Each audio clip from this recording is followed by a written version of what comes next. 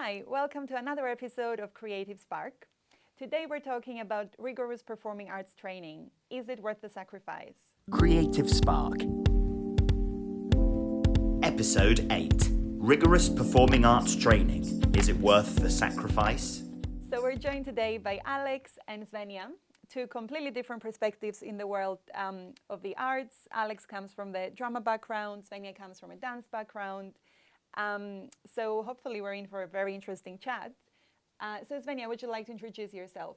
Yes, I'm Svenja. I'm a dance artist. I've been facilitating dance and movement since 2008, and I've been working with Moving Waves since 2017, so quite a long time now. Moving Waves Granny, like you said Yes. earlier. I like that. Yeah. How many years is that?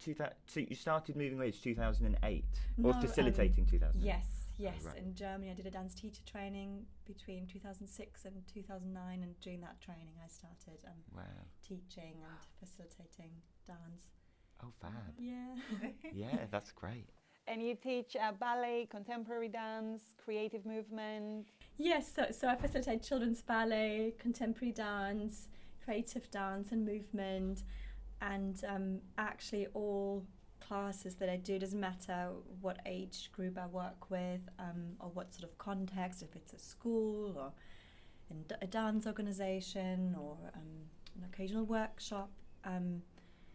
It's very important to me that whoever comes to my sessions to leave feeling like they've had a positive experience to do with moving and dancing, because I love dancing so much. So Want to share the... yes, exactly. And I remember that about you actually when we first met 7 years ago, which is crazy.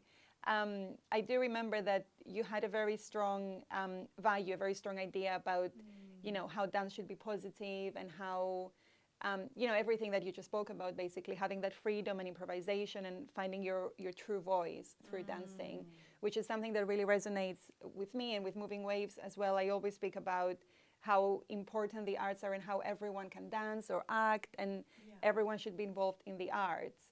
And I suppose, so the impact on lives, what would you say? I know you're very passionate about dance. What has dance's impact been on your life? On my life, I don't know how deep I can go there. Huge.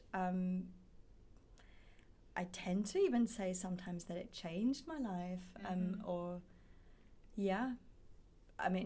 change is even underrated, actually. I sometimes say it saved my life. Wow. So, absolutely. I mean, it exposed me to the arts on a higher level, and especially training in London back in 2012. And I think maybe, I'd like to think that especially at that time, I was exposed to, a lot of that training obviously had an impact on me. It was tough at times, and I'm sure we'll come to speaking about that later as well, but it just showed me what else dance can be. So it's, as an art form, dance is not just moving to music, as some people might perceive it as, and maybe in the early stages of getting to know dance that maybe is that, and that's fine and great, but dance and movement can take place in so many different contexts, and therefore I got to question what choreography means, but also I was exposed. I don't know. We had lots of classes in somatic practices, which still is a big part of my work and what I do, and which feeds into any teaching or facilitation work I do as well. Understanding how the body works, being in relation. My practice is very relational. Just as a short, short introduction I like that a lot. I know maybe some people might not know what somatics is, but I have no idea what that is. Semantics, never heard of it. Oh, I feel quite conscious having to explain that now, and then people are listening back to it. You don't need to. I'll Google it. But, or it'll come up on the screen. Yes, description. maybe. So I can just shortly say it's about an awareness about the body and its environment, or that's how I practice it as a relational practice.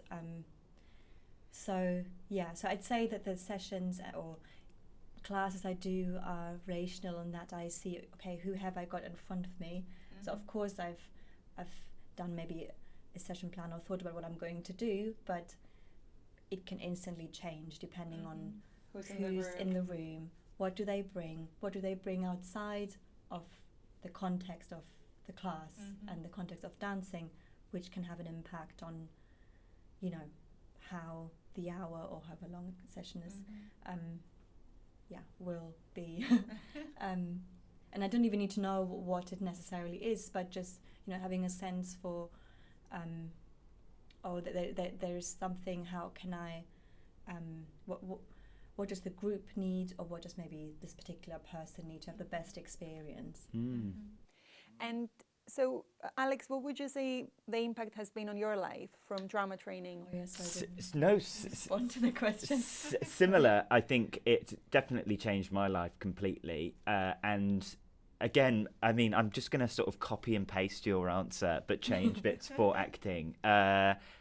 I guess maybe a lot of people think that it's reading out lines and saying them in a nice way.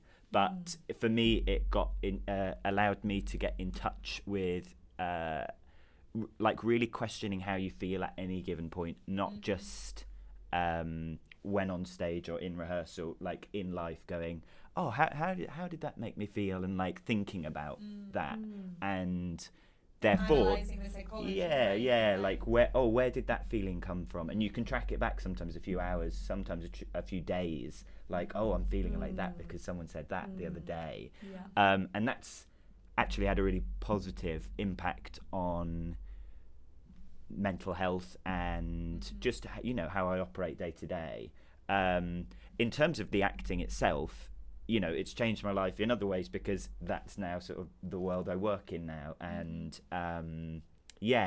more than just acting, it's the other hidden elements that go into it as well have had positive impact. I always think that with because sometimes I think, as when we teach as well, we can get so into what we're trying to do, and whether it's a choreography or a play or the exercise we're trying to do. But then I don't think we always realize the impact we have on lives, on like the children that we teach, and because we get too much into our head, and we just, it's very easy to not notice that. But, you both mentioned the impact it's had on your lives, and it's definitely the arts, I owe to the arts who I am today. The confidence, the persistence to make things work, to improvise, think on your spot, problem solving, work in a team, work with people. I can go on forever, but there's just so many benefits and such a big impact that the arts have. And every time if I've had a bad class, or I've had a class that it didn't go like how I wanted it to go, I just always try to remind myself the impact that it's had. So even though for me that wasn't perfect, if the children leave the group, leave the class happy, and they've learned something, and they're excited to come back, that's how you know.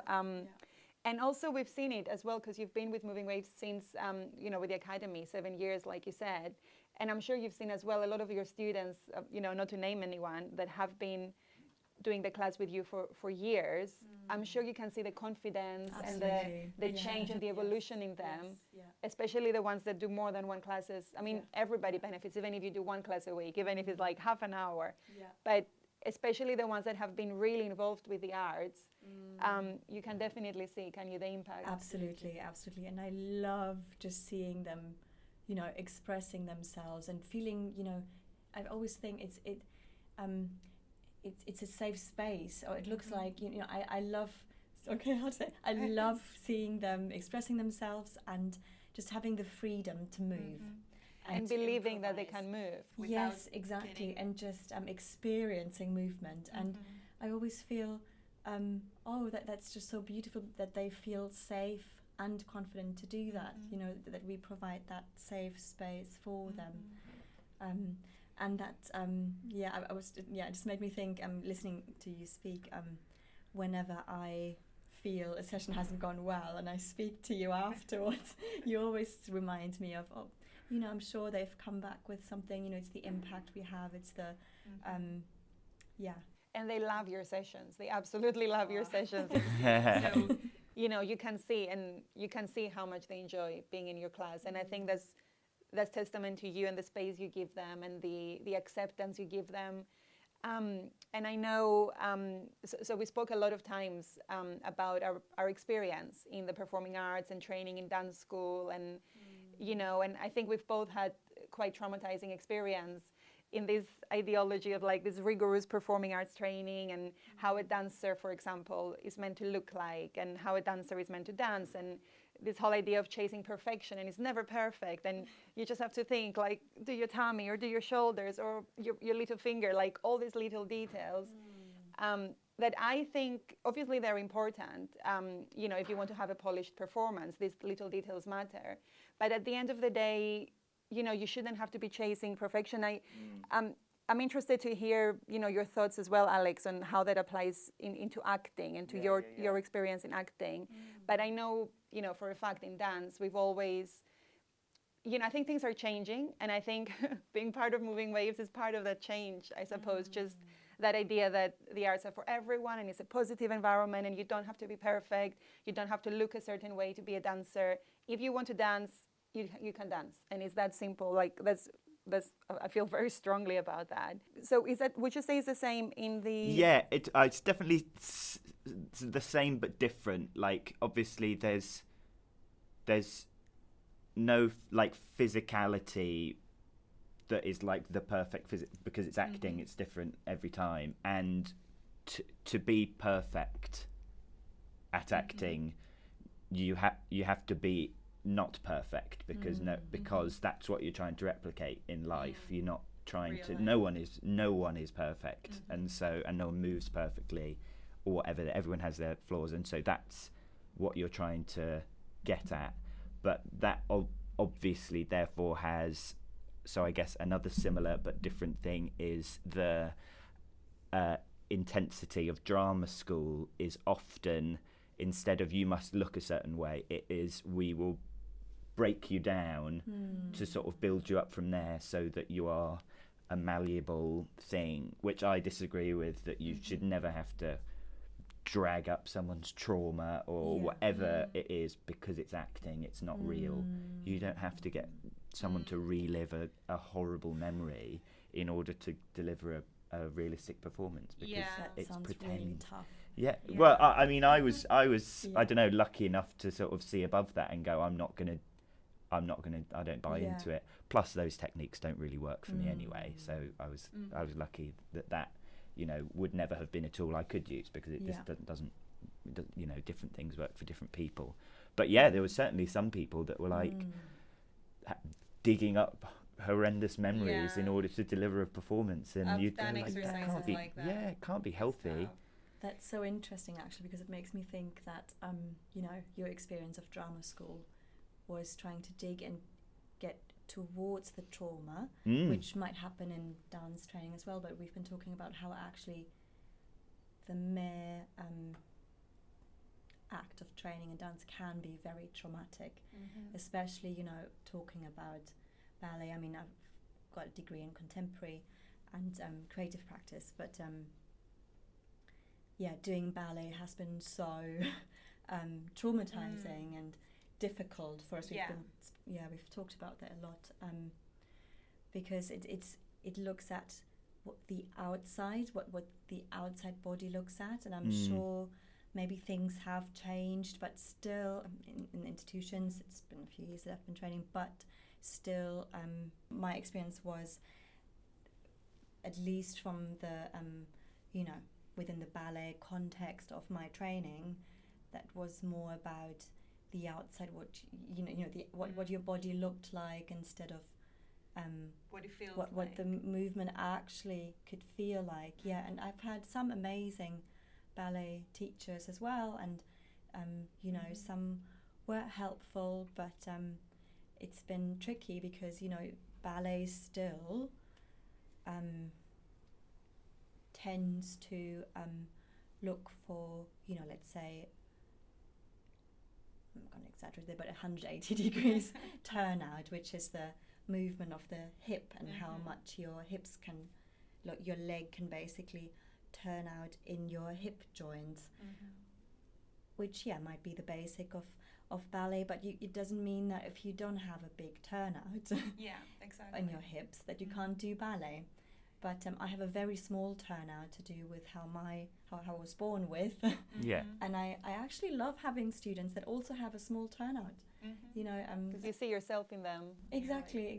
But I can also say to them, it's okay to not have a big turnout. You're perfectly fine, or your body is perfect the way it is. And look at me, I have a small turnout too, and we can still do ballet. Whereas I never felt quite. I realized after training that I wish I had had teachers that had worked more with what I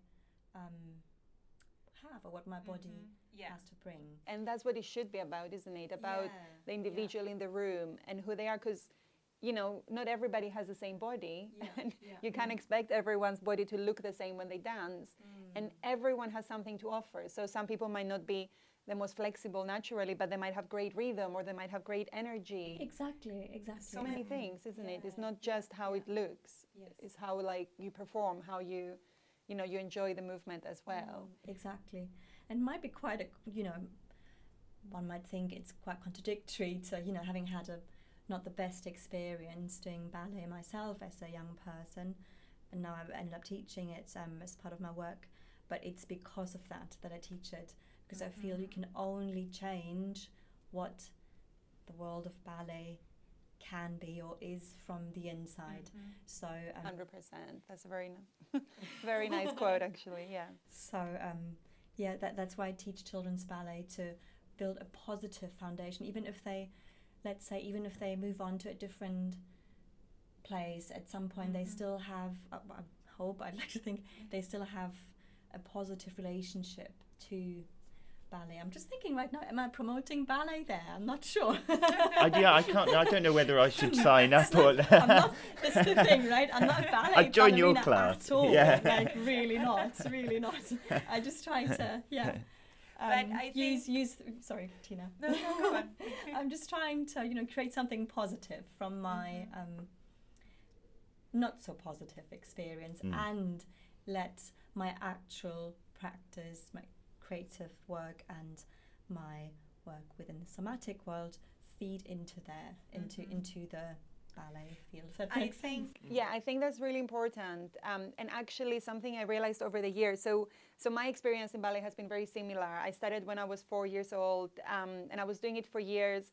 I never felt like I was good, even like from as long as I remember. I just felt, I'm just doing ballet for fun. I'm never going to be like a dancer. It's not for me, because that's how I was made to feel. I'm not saying I was the most talented dancer at the time, the most talented ballerina, but I was made to feel like this is not for me for many reasons.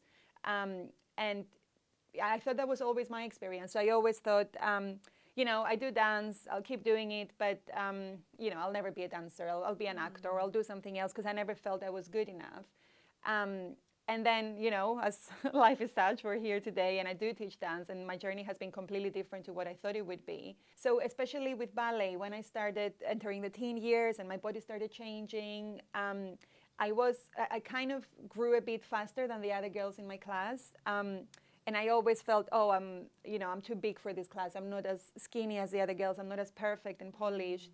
And my teachers kind of reinforced that idea to me as well, instead of making me feel more accepted and more like, it's fine, you can still dance, it doesn't matter. I was constantly being pushed and made to think like, my arm is not straight. Or we actually had to do this very traumatizing thing in one of my classes, where there was like the two ballet bars, they were like movable. And the teacher would put them there, and we'd had to like be so straight and suck our tummies in and go through to make sure we're like, we can like go through on our tiptoes and we're thin enough and like straight enough to walk past. And I think, I can see your That face. still happens. I've heard stories of people my age. That is crazy. That's that was actually a few weeks after that. That's when I decided to stop ballet, for example. Fair enough. Yeah, But at the same time, maybe you would have enjoyed doing ballet if you had exactly. if you had been more encouraged about about yourself and your body, and to exactly. understand your That's body the is thing. beautiful the way it is, and you don't need to be skinny. Exactly. I mean, I'm quite skinny. You know, people always think, oh yeah, you're a dancer, you're really skinny, but that's just what my body is like. But It's not that's that I the was thing. chasing that yeah. image. That is the thing, that everybody is different, and Yes. you know, it shouldn't be the stereotype of how a ballerina should look like. You should look Yes. like super thin and tall and you know, and slim and straight and all of that, because you can have any body shape and you can still dance. You can do ballet, you can do street dance, you can do contemporary. It doesn't matter. It's all about how you express yourself, having fun with it, and just, you know, it just shouldn't matter. You shouldn't be into this mold, and you should never be made to feel that way. Exactly. You know, like I said, for example, I ended up stopping ballet, and I never continued with it in adult life as well. I continued with dance and street dance and things like that, because that was more like, you know, I can be more myself here. It's not so much about body image issues. But you know, that's actually where my train of thought was about, creating that positive experience. Because then when I started moving waves, I was thinking, up to that point, I thought that was just my experience, because I never externalized, neither even to my family or anyone. I just always thought, no, I don't like ballet. Oh, I'm not sure I'm going to dance, you know. I never actually got in touch with why I felt that way and how I was made to feel that way. And then starting moving waves and meeting all these different artists, including you and, you know, both of you, and just generally over the years, and actually hearing people's experiences, I started realizing, oh, it wasn't just me who was made to feel that way. It wasn't just because I grew up faster or because my body was a bit curvier naturally, or this or that. Everyone has had experience. You said, like, even if you're like skinny, you've had your own experience with it. Even if you're like, your body's different. And that's when I realized something has to change. I was like, okay, now I know what moving wave stands for, because I know it is personal, because I've had that personal experience, but I know that this applies to a bigger you know, range of an audience. I'm so glad you're both doing what you're doing with your classes, and you share this idea of, like, you know, it's not all about fitting in that stereotype. Yes, because as you're saying, I've actually had three thoughts there hearing you speak, but I just want to say, you know, because ballet or street dance or contemporary, that they're just certain frames that were at some point in time placed around dance or movement that people follow. But for me, dance can be anything. I'm just lifting my arm, that's dance, or that could be dance. Yeah. You know, it's movement, and how you, okay, I always say if I work with teenagers as well, and I always say, you know, dance becomes dance once you commit to movement. Otherwise, you're just moving your body. Yeah. Yeah. You have to commit to exactly, everything, yeah. exactly. But I feel like we've been talking a lot, and if you want to say something, Alex, go for it. What was the initial preserve my question? two See how I can thoughts. relate it to acting. We were talking about the right and wrong, for example. Now I feel that if you Yeah, I mean, they were very. I will say this, but I think a lot of people in my year will disagree with me. I felt like my school really championed people being individual. Okay. That's what my experience of that school was, which is a positive thing. Other people will definitely disagree with me. I thought that compared to other drama schools where they all want you to be this type of actor, you know, they sort of, you know, it's like you've been all pushed out of a mould and you end up in your third year like these robots. Our school didn't do that, and they really looked at the individual and championed the things that you were good at and pushed you in the things that you weren't good at. And obviously that was different for everyone. You know, if you had to get better at a specific technique or movement, or you know, me in terms of movement, I was very stuck in my ways with how I would move. You know, whatever character I was playing would be how Alex walks. Whereas other people, you know, that would be how they got into character, would be through other things. And so the teachers would push, you know, me in the movement side of things, where they would push someone else in maybe some sort of specific acting technique. So yeah, I guess that's quite different to both of your experiences with ballet in dance schools. because they, especially ballet, from what I've heard, they definitely do want you all to be the same, and you do have to look. They in their opinion, you all have to look a certain way, whereas acting should not be like that whatsoever. Anyone should be able to play any part.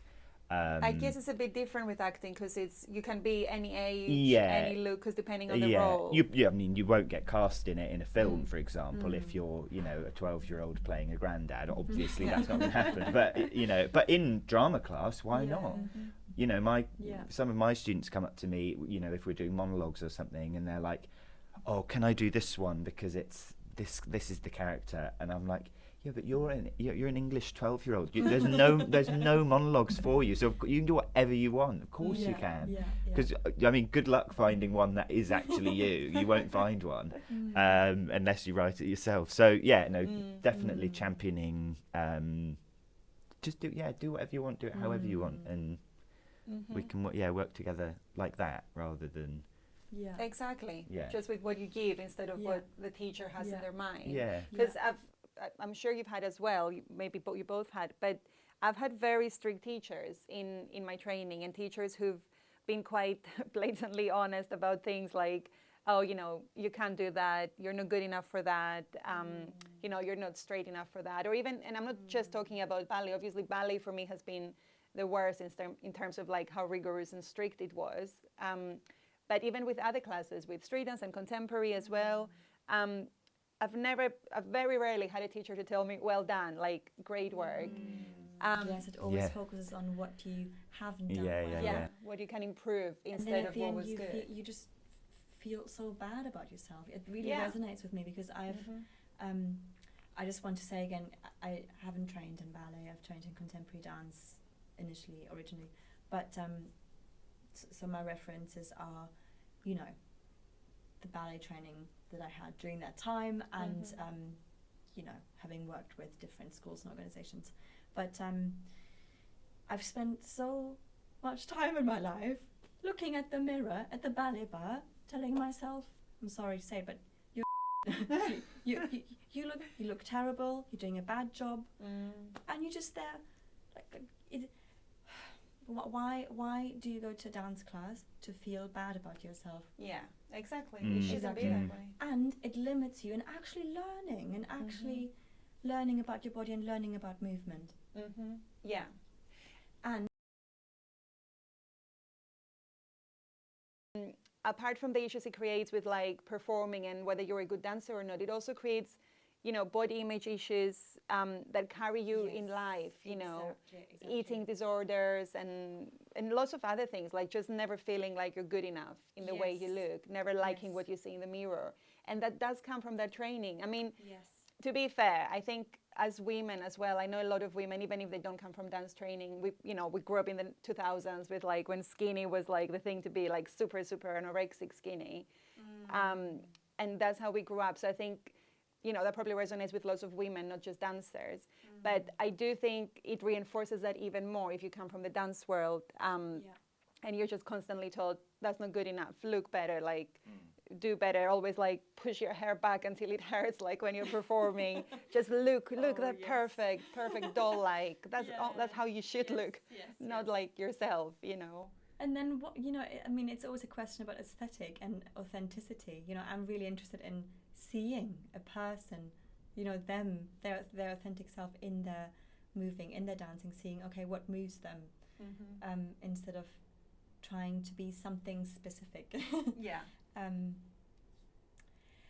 I just wanted to come back to what you were saying earlier about, doing the right or wrong movements.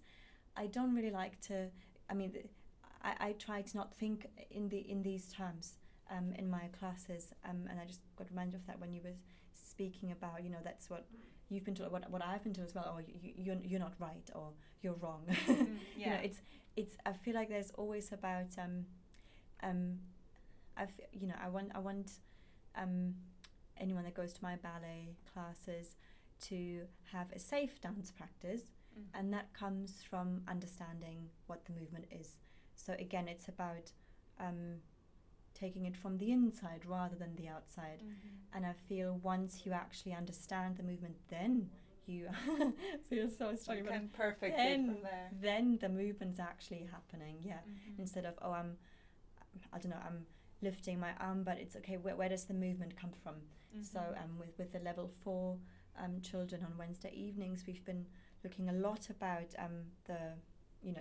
taking the movement from the arm from the shoulder blades, and all these lovely rotations in those joints, and then you actually get that image. Don't think about it as such, but just to come back to the conventional But it comes ideas. from the inside. That's Yes, what you mean. Yeah. yes, and Understanding. then you're creating the movement you might have been looking for initially. And I feel like maybe there's something about slowing down as well. We often tend to think about I want to create this movement, but how do we do it? It's about how do we get there? What's the actual process? Yeah, I do that a lot especially with my level 4s as well. A lot of them are like, I show them a move and they're like, I can't do that. They're like, oh no, I can't, Tina, I can't. And they just like stand there and they give up. And I made a rule in class, if any of my level 4s are watching this, they'll know what I mean. I made a rule where we never say I can't. So even if you're not even if you're not super flexible, if you're someone who needs a bit longer to catch up with moves, because it's fine, whatever process you have. But we'd never say I can't. We never say I can't do that. We say I'm going to try and do that. I'm going to do that. And then we break it down and we practice and we practice and we say it's not going to happen the first time. It's going to happen after a few weeks. We just have to keep practicing, and then it happens. Because then, first of all, you break down that barrier of like, I can't do that. That's not for me. I'm not flexible. I'm not this. I'm not that. You believe in yourself, so you're like, okay, I'm gonna try. You try, you understand how it works, you push, you do practice, and then you get there. And then, and that's such a big achievement, isn't it, for anyone, even for like adults, to be able to see, oh, okay, now I can do that, now I get it. Yeah, it's quite advanced. Makes me think, it's about getting to know your body. Being in touch. And I guess similarly being in touch with your emotions as well. I think that's where some of the trouble can come though with the acting, is that they obviously it has to come from inside, but often the subject matter you're dealing with deals with an emotion that isn't nice to feel. And so when they're telling you to genuinely feel it rather than actually act, then I think it can become difficult. Have you had any trauma coming from your training? Because every artist I speak to always have something to say, whether they're actors or dancers. There's stories. I wouldn't call them trauma for me. They don't play on my mind or anything. But there's definitely things that looking back you go, oh, that was bad. Yeah. That teacher shouldn't have done that. But nothing I would call that at all. I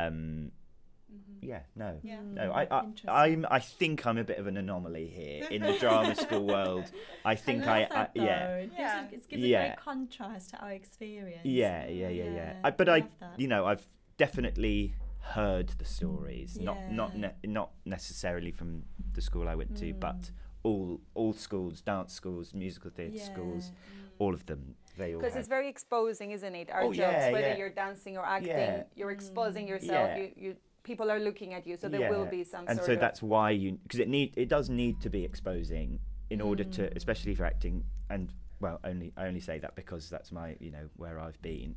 It needs to be exposing, and you need to feel a bit vulnerable. But in order to be able to get there, it needs to be safe, and you need to feel safe enough to get there. That if you do expose that, it's not going to become a negative experience. So I guess it's connected in the sense that you need to be given that space. You need to be like, you need to have that positive reinforcement of like, it's okay, like show you us need to, you need to have, they need to earn your trust in order for you to go there, I think. I've been wondering what your experience was, Alex, being judged during your training, and I'm not sure about your experience, Tina, either, because at my conservatoire training, we were placed, at least in the dance technique groups, we were placed into 4 levels. So we had top set and bottom set, and they literally referred to this to us to those. Yeah, Oh, so, wow, and that really does something to you. I was in bottom set, and it really did something to us. I mean, yeah, but interestingly, I feel that loads of us in the bottom set were actually those creative minds. Not to say there were no creators, obviously throughout all these levels. Shout out to all my peers. But I always thought, oh no, yeah, we're the creative ones. We're we are the ones that didn't have, or that many of us didn't have vigorous ballet training since we're little, but which then again played such a contradictory role to us doing a contemporary degree, but then Not being having the judged on being put into levels based on our ballet experience. Yeah, sorry. Yeah. I was I was- just interested to find yeah. out how were you guys. It was never Judged. separated. We never had classes based on stuff like that. There was one term where it was separated into, people that would consider themselves strong singers and people who wouldn't, but you were definitely given the option to choose between them. That there was like grading at the end of each term, which I think was counterproductive because you're assigning something that is subjective. When someone watches a performance, someone might love it, someone might hate it, and then you're giving it a number based on two people's opinion. I think that's you can grade it, sure, but don't tell us what you're putting.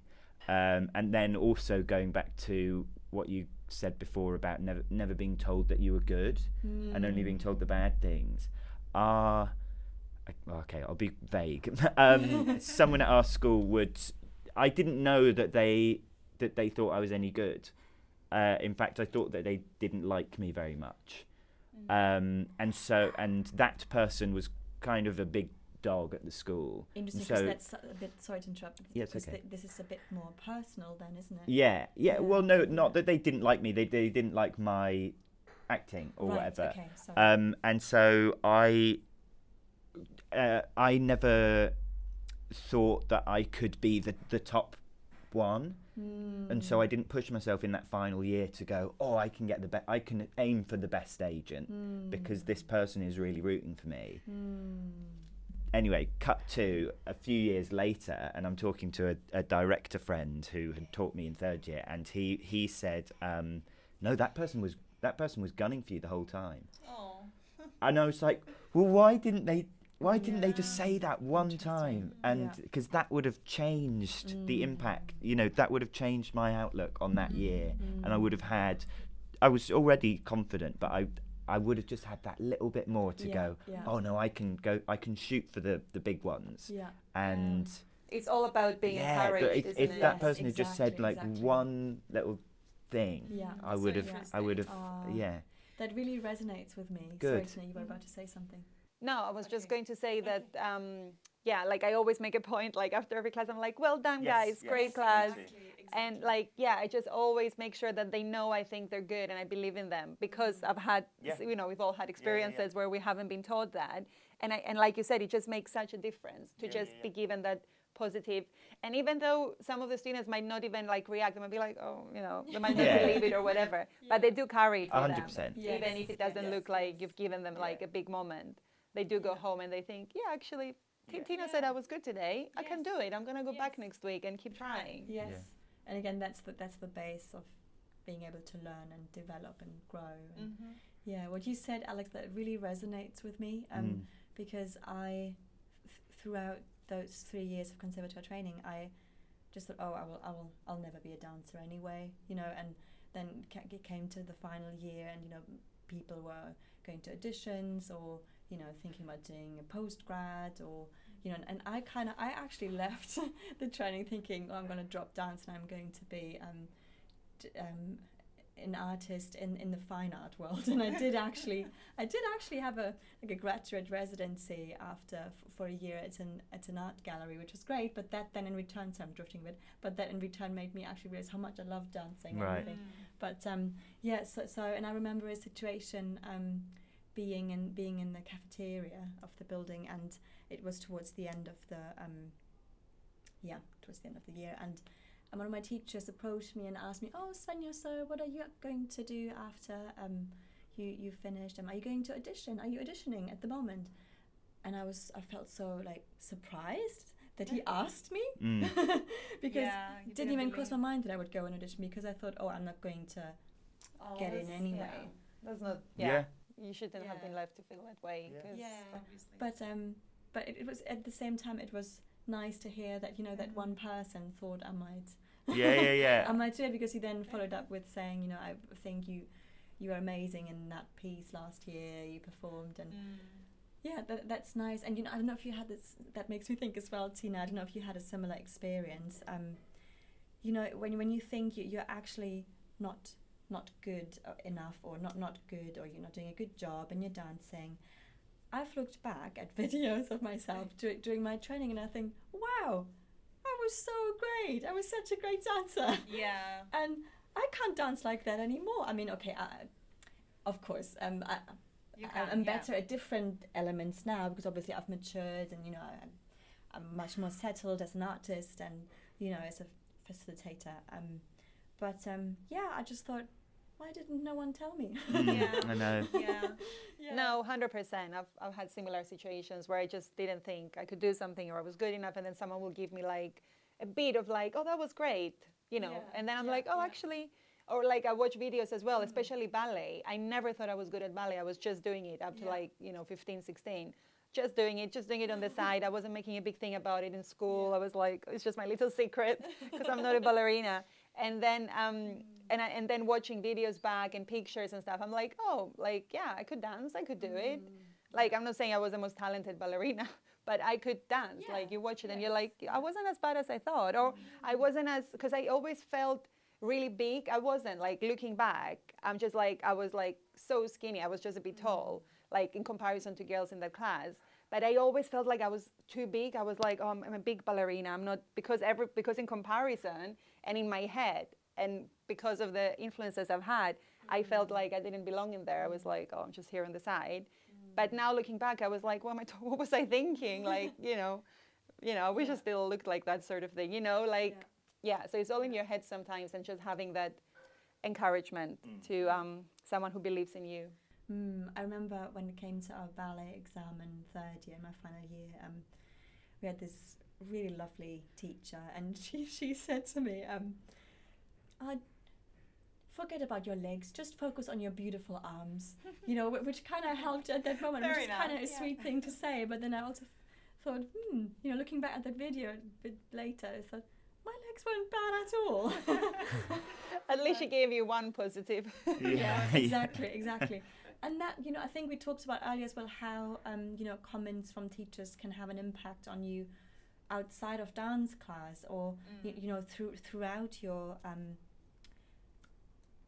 dance time, as a dancer in whatever capacity.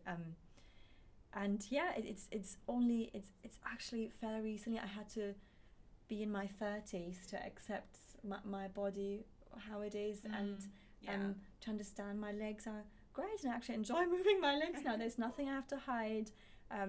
Yes, my legs might be maybe different, or might not conform to ballet preferences, but hey, I've got two legs that can move, and I understand my anatomy now, therefore I can use it better. And yeah, maybe I have beautiful arms, but I also have good legs.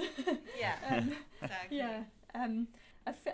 There's one last thing I one wanted to last thing, say, go. actually, that makes me think about this young person I've worked with, who's a beautiful dancer, and she's done ballet for many, many years of her life, and that just links to you know, this idea of not being good enough, and also this idea of right and wrong.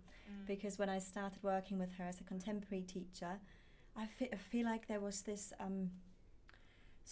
almost I could sense almost a fear to move. You know, this actually many of them were just holding back to move, and that young person, beautiful dancer in particular, we did something with a movement that I gave them, where it was about lifting your leg backwards, and she just wouldn't lift her leg because her standing leg was wobbling. And I said, yes, just lift your leg, just move. And then she said, oh, but my standing leg is wobbling, and it's not still, it's not straight. But yes, it's moving because you're alive. Yeah. Just lift your leg. They were scared to lift the leg because they were scared about the standing leg moving, and I could so relate to that. And that's holding you back from actually moving and actually dancing. When you think about and focus on the things, as you said as well, when you focus on the things that aren't perfect. But yes, of course, your standing leg is moving.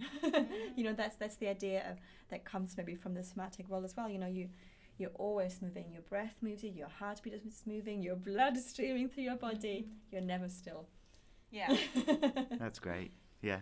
Yeah. So we spoke quite deeply today about lots of things. I was really immersed into our conversation. Is there a final thought? A final thought to share? Maybe actually, Alex, maybe something. I guess the thing I'm taking from this chat today is how similar some of the experiences have been between the different art schools or performing arts schools. And therefore how we as facilitators are treating the people that come to our classes, because of, as you've both touched on, you can only change the things you didn't like about your industry by getting in there and doing it yourself, I think. Love that. Yeah, that's such a... Sorry. Yeah. Sorry, I just also would like to say I hope that our conversation hasn't been off-putting to anyone to actually go and train and dance to it. Definitely. Or the performing arts or drama. Yeah. Because yes, I feel like I've drifted off earlier when you asked me how training in dance has changed my life, because it's been the best thing I've done in my life, absolutely. Yeah. I'm so glad I've gone down that route. I mean, let alone, you don't need to move country, but like us not having grown up in the UK, building a life in London. And making it work, and exactly. And yeah, just the personal, the impact, the positive impact it has on me personally is just very unique and very special. I don't think you get that anywhere else. No, I agree. And I think even the traumas and all the negative experiences we've had, they still helped us find our drive and motivation for what we do today. Yeah. And everybody has like bad experiences in life, so wherever they're from, you can always like utilize them and make something positive out of them. And yeah, I'm just very proud for both of you for what you're doing. And I'm very proud of our team at Moving Waves, and all of us sharing this value of like making that difference and making it a better experience.